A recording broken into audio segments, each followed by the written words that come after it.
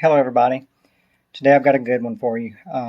Bought some of these brand new Beamtech H1 LED bulbs.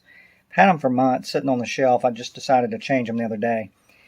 And when I installed this one right here in the left front fog light assembly on a 2000 Ford Explorer, it didn't power on and it caused both fog lamps to go out. So I ended up doing some checking and it blew the fuse in the vehicle under the hood and the fuse box.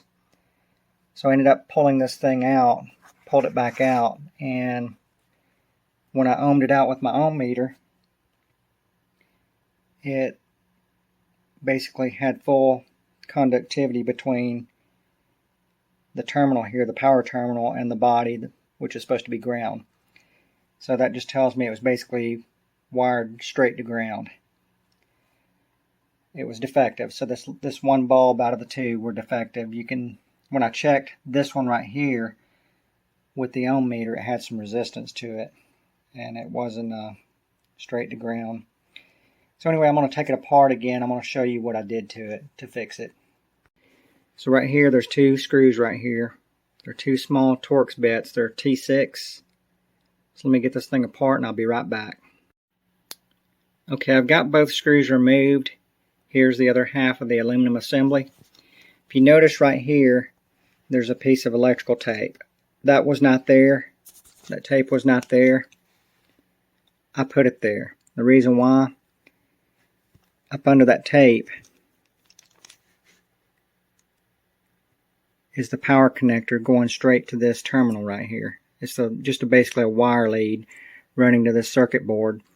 And there's a solder joint right here, and I believe right here. Let me get the tape off and I'll show you right quick. Okay, I've got my little piece of electrical tape off right there, and what I was using that for is a piece of insulator. If you notice right here, right there, there's a solder joint. Right there, there's a solder joint. One of those solder joints was grounding out right in here in this housing. And not only was, you have to do this side of the circuit board, but you also have to do it on the back side. So if I were to roll this thing over, I did the same thing on the back side of that same area right there. So more than likely it was actually grounding out on that back one, but I went ahead and I covered both sides. So top and bottom, small piece of electrical tape right there covering that connector right there, and that fixed the problem. So as soon as I did that, put the screws back in it, with the housing, then when I checked it with my ohm meter, it wasn't directly grounding this terminal right here to the body of the housing, and that's what caused it to blow a fuse in the vehicle. But anyway, brand new out of the box. This one right here, it actually checks good. But I'm going to go ahead and take it apart and repeat this process on the brand new one on this one too. So that way I won't have that issue. But anyway, hope that helps. But it's the Beamtech, and it's the H1 bulb right there. And I'll leave a link in the description if you want to buy a set of these. If you have trouble, I would go ahead and check them brand new out of the box with a ohm meter. At least check it with the continuity test. Flip that sucker on. Put your terminal here.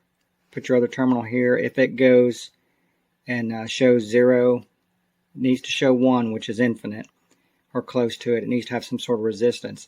If it goes to 0 on the resistance on your continuity test, then you need to take this sucker apart and put an insulator right here, and on the back side, pull this other housing off.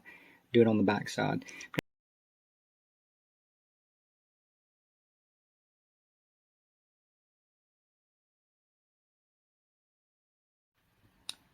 I just want to show you on this multimeter. Now with it on continuity test right here, 1 is infinite. That means they're not connecting. And when I touch this housing right here with the other terminal on the power spade terminal, we still have infinite. Now if you see that thing do something like this when you're testing it, you know that basically it's grounded out internally and you need to do this fix. So right now we can see that everything's good, and we confirmed it a little while ago with the battery test.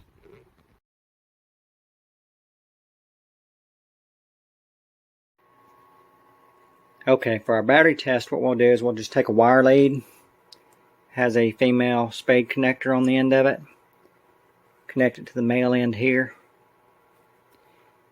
We'll touch this to the positive side of the battery and then ground the housing out on the negative side. We should get illumination from the LEDs.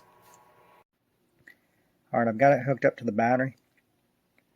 And I actually tried this before doing the repair, before I took it apart.